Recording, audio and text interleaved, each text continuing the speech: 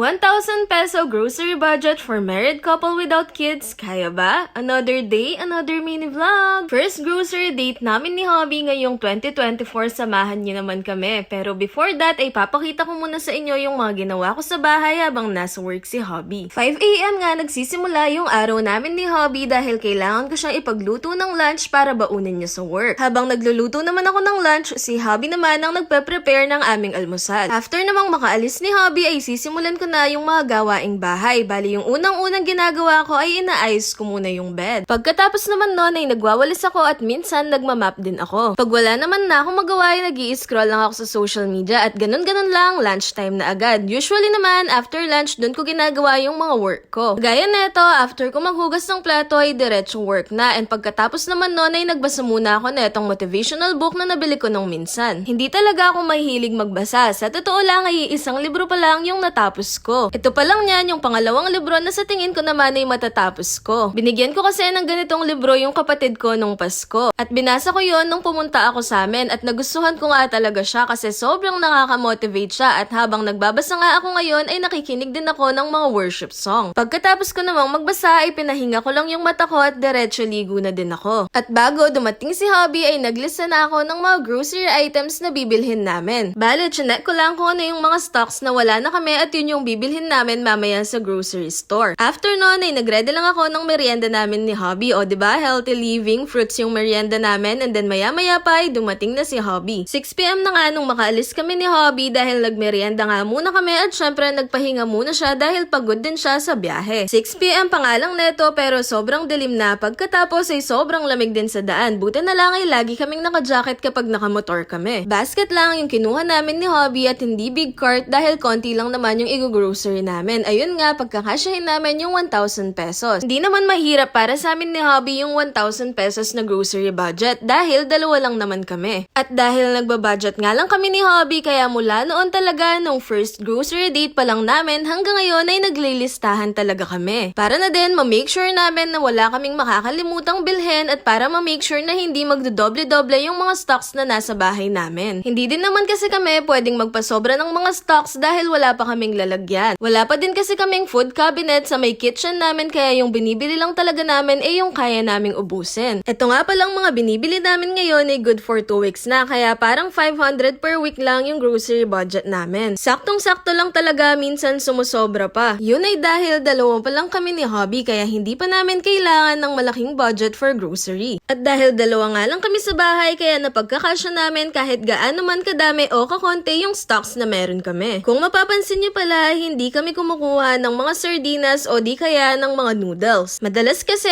actually 95% of the time talaga ay kung ano yung lunch namin, yun na din yung dinner namin. Kaya kung kukuha man kami ng mga sardinas ay hindi din namin makakain. Yung noodles naman, mahilig kami doon ni Hobby kaya hindi kami pwedeng mag-stock. Paano ba naman hanggat hindi namin nauubos ay hindi namin titigilan. At dahil nga nakalista naman yung mga bibilhin namin tapos konti lang naman yung mga yon kaya mabilis lang din kaming natapos. Pero dahil madaming nag-grocery ngayon kaya madami ding nakapila sa mga cashier nila kaya dito kami nagtagal. Kung titignan ninyo ay konti lang talaga yung mga pinamili namin. Pero sakto nga lang yan sa 2 weeks namin o di kaya minsan ay sobra pa. Hindi man din namin tinitipid. Kakain kami kapag gusto namin. Kayo ba, magkano yung grocery budget ninyo? Tapusin nyo ba itong video na to dahil nasa huli yung bill reveal natin. So ayun nga, tapos na kaming magbayad ni Hobby kaya pauwi na din kami nung time na yan. Thank you for watching!